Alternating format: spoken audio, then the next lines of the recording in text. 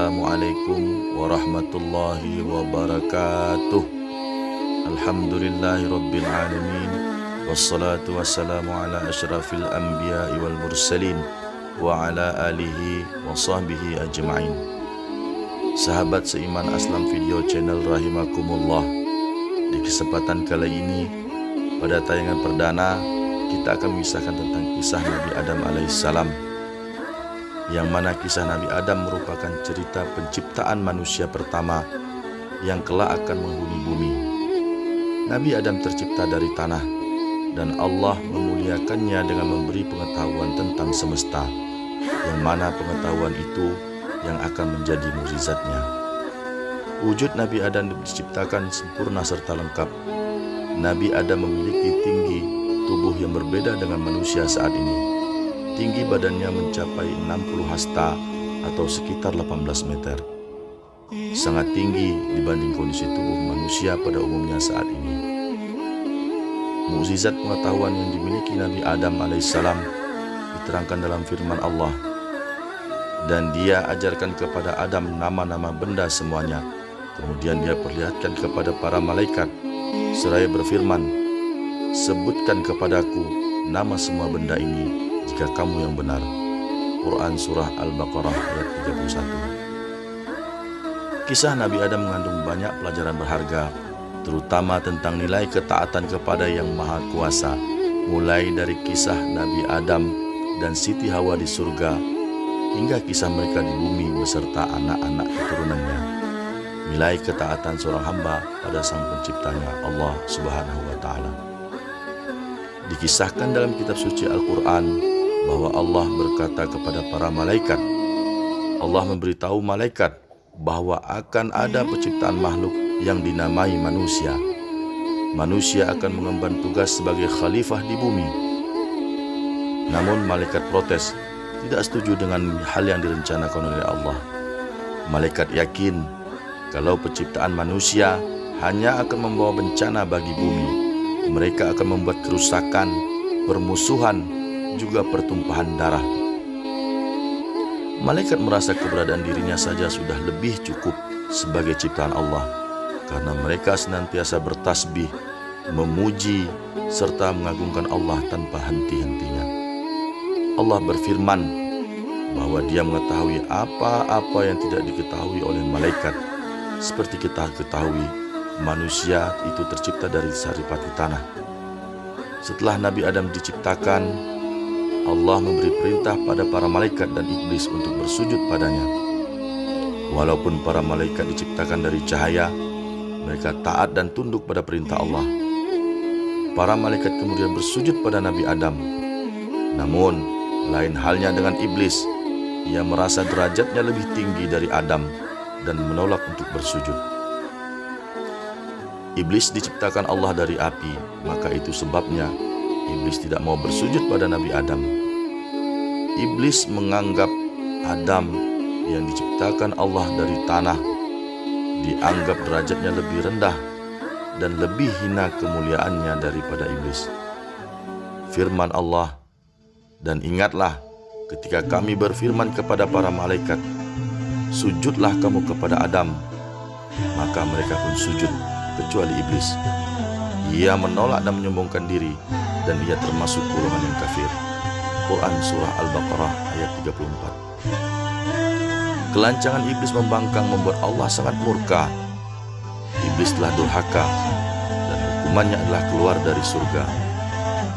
Iblis yang sombong bukannya bertobat dengan hukuman yang diberikan Allah.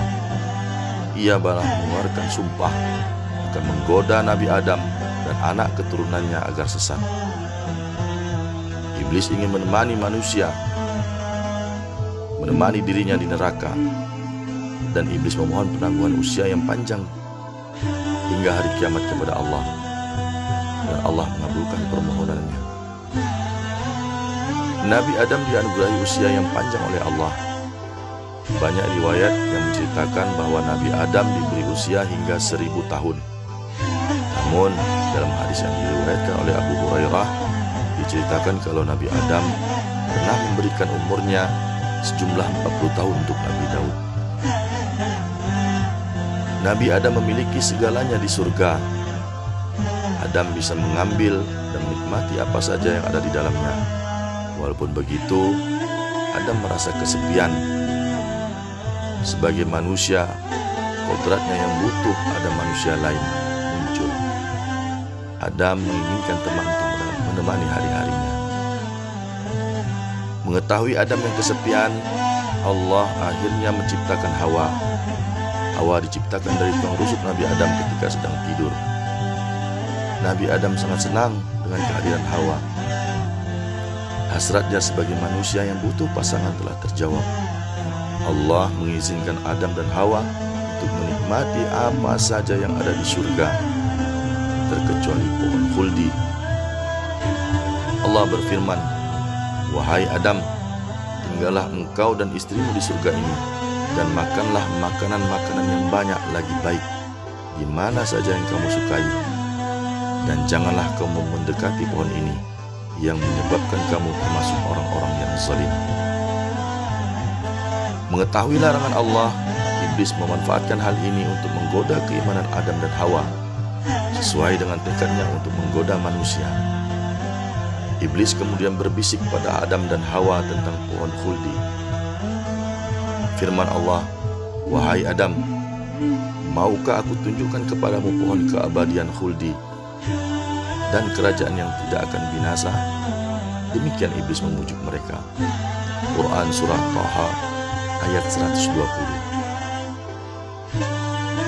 Iblis menghasut Adam dan Hawa dengan mengatakan maksud Allah melarang mereka, bahwa Allah disebutkan oleh Iblis tidak mau membuat Adam dan Hawa kekal di surga.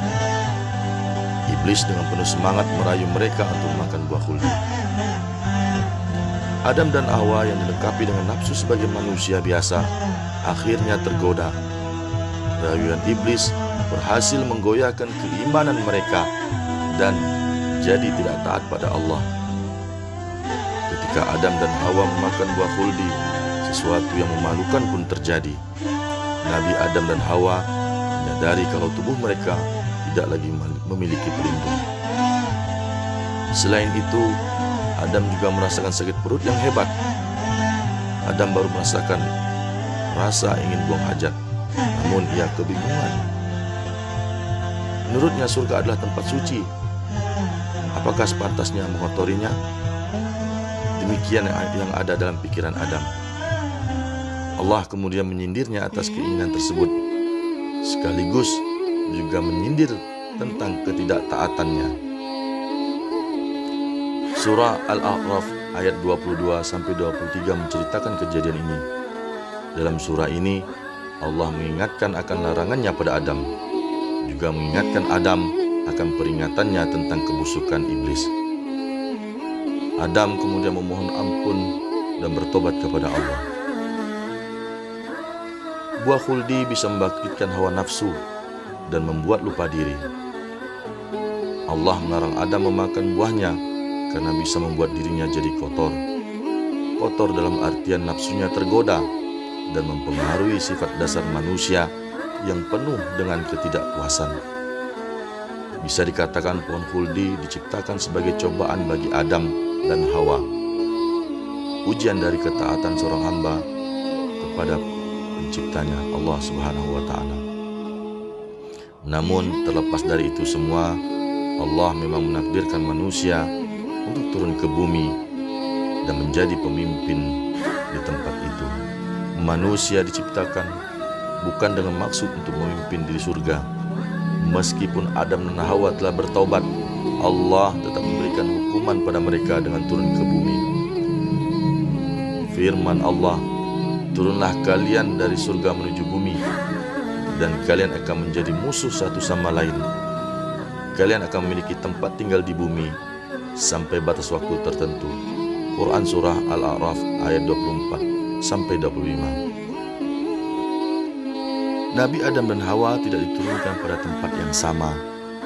Nabi Adam diturunkan di daerah Sri Lanka, sedangkan Hawa diturunkan di daerah Arab.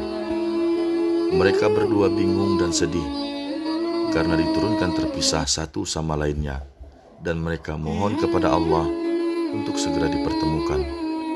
Allah mengabulkan permohonannya. Lalu setelah 40 hari, mereka pun dipertemukan kembali oleh Allah di Jabal Rahmah. Nabi Adam dan Hawa memulai kehidupan baru sebagai seorang manusia biasa. Diceritakan, mereka diturunkan ke bumi dengan membawa dosa atas ketidaktaatannya di surga.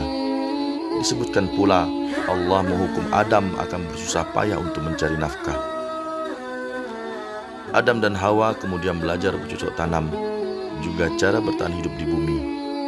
Mereka juga melahirkan anak-anaknya. Allah memperlihatkan kuasa-Nya dengan memberi mereka anak sepasang-sepasang.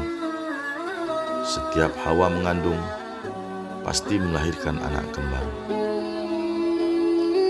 Sedikit hikmah yang dapat kita ambil dari kisah di atas adalah bahwa tidak ada yang akan didapat dari ketidaktaatan pada Allah selain dari keburukan. Hal ini sekaligus menjadi pengingat bagi kita umat manusia di seluruh muka bumi. Akhirul kalam. Assalamualaikum warahmatullahi wabarakatuh.